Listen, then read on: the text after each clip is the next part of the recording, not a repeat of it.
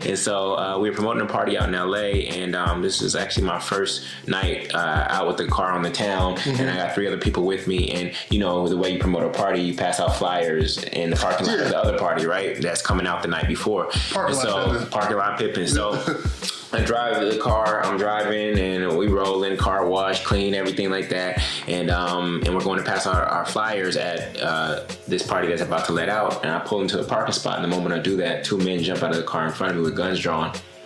Oh, shit. And all of a sudden, I'm staring on the barrel of a gun. Shut up! Shut up! Shut up! Shut up! Shut up! What's going on, everybody? It's your boy Sean, and today got a very special guest. My boy Julian Gordon. You already know who he is. You probably clicked on this video because he's out there, not because of me. And we're doing a story time with Sean. You know the rules? Yeah, just tell a story. Just tell a story, touche. You the first one that got that right. Everybody's like, nah. Tell a story. Big fact. So what you got for us today, man? So I was at UCLA. I just finished my freshman year, and I didn't have a car during my freshman year, and I saved up enough money to get a car, and I didn't have a car in high school. So my friend Kedrick, he took me to a used car auction in LA, and I saw a Mercedes, a black Mercedes 190E with a tan interior, and I spent $3,500 to buy the used car. 2 miles after driving it off the lot, it broke down. Oh shit! Yeah, it broke down, and I had to go get it fixed by a German mechanic, and so I spent more money to fix the car than I did to buy it. So now I'm dead broke, but I got my Mercedes, right? Yeah, you're riding nice. Yeah, I'm riding nice, but 2 weeks later, my friends and I were promoting a party in Los Angeles. We were the #1 stunners. That was our party promotion. Oh, wow. And so I thought, what year was this? I thought this was 2000. 2001. Yeah, 2001. And so we were called the #1 stunners, and we threw some dope parties. Yeah. And so we were promoting a party out in LA, and this was actually my first night out with the car on the town, and I got 3 other people with me. And you know the way you promote a party, you pass out flyers in the parking lot of the other party, right? That's coming out the night before. Parking lot pipping. So I drive the car, I'm driving, and we roll in, car wash, clean, everything like that. And we're going to pass out our flyers at this party that's about to let out. And I pull into a parking spot, and the moment I do that, 2 men jump out of the car in front of me with guns drawn. Oh shit! And all of a sudden, I'm staring on the barrel of a gun.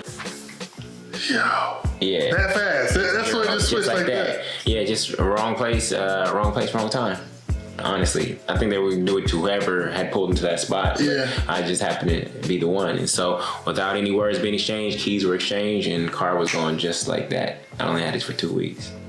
Oh my God. So fortunately I was an RA that summer, so because I had no money, I put all the money into the car, and I had no insurance either. And so fortunately I was an RA that summer, so I had housing and food taken care of. But no more partying. But honestly, I'm grateful for that moment, because that space sent me to a space of deep introspection. I wasn't going out, had no money, right? And I had to start questioning life. Like, what was I doing? Why did I even buy a Mercedes, right? And then the only reason I bought a Mercedes, and I couldn't see this at the time, is that because both my parents had Mercedes.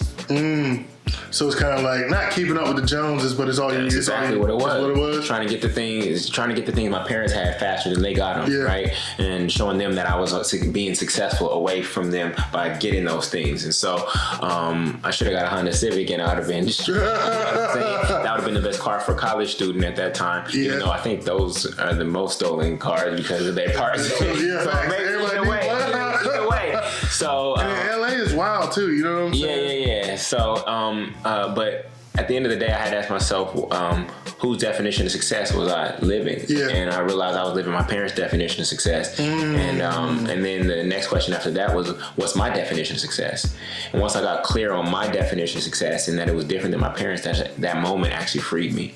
That's what's allowed me to walk in my God-given purpose today, is because I was able to say, you know what, I got those things, I could get those things, I could go down that path, but that's not the path that I'm really here for. Why am I here, and what's my definition of success? And so once once I started redesigning my life around what I wanted, Yeah. as opposed to what I thought other people wanted for me, and these other societal success metrics, it freed me up to be who I am, and that was the really start of my journey of walking in my purpose. Who do you think you would be if that night the party was successful? Yeah. You didn't get robbed. Who do you think you would be now? I already know. I'd probably be a doctor. Yeah. Just like my parents. Because he was living in there. I was just following the program. Yeah, I was just following the program, right? So I was just on their plan, thinking I'm independent, thinking I'm grown, but I was really on their plan. And I think we all have a desire to please our parents and get approval from them. But I realized that I was going to have to pave my own road, and that it wouldn't just be following their path and trying to go a little bit further than they did, but that my road was completely different than theirs. Are you gonna get another Mercedes? Nah, I have no interest in Mercedes. I do have a foreign car though. I got a Honda Accord. Facts. Facts. Yo, so like, I mean, and I think what's crazy is I don't think people would expect that from you. You know what I mean? Expect what? Well, probably once they get to know you, once they see your content. Okay, you in line with that. But I mean, if you were just to take who you are on paper, Benzes, Maybachs, you know what I'm saying? So it's like, I have no interest in any of that. I celebrate abundance in all forms. So if my friends drive some cars like that, I celebrate abundance in all forms. For somebody to have the courage to circulate $300,000 into the economy, right, by buying a car like that, they're creating jobs for other people. So I celebrate that.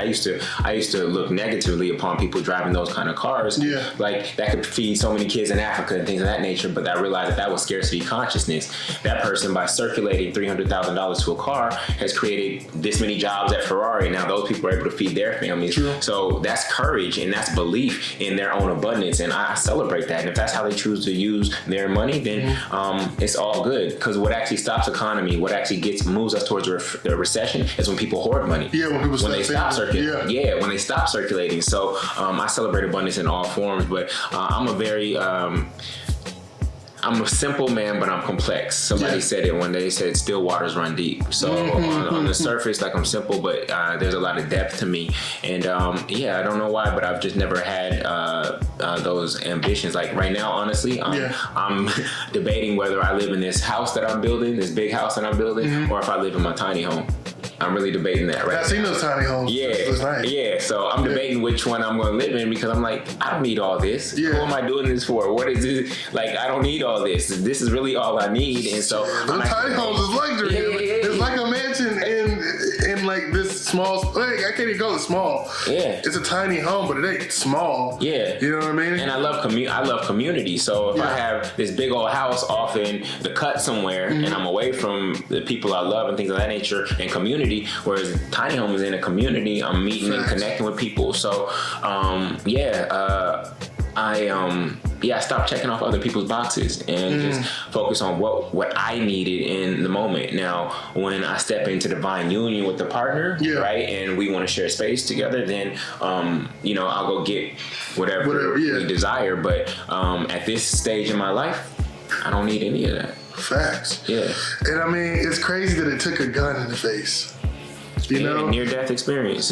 But I mean, usually that's what it's like coming out the fire. 100%. 100%. So iron forges iron, and that iron definitely forges. I'm grateful for it though. Facts. So if that was you, if you got a Mercedes back in 2000, thank you, brother. I appreciate you. I would not be who I am without you. So thank you. He probably watching it. Oh my God! We gotta find it. We gotta find it. Tag him in this post. Statutes and limitations have been passed.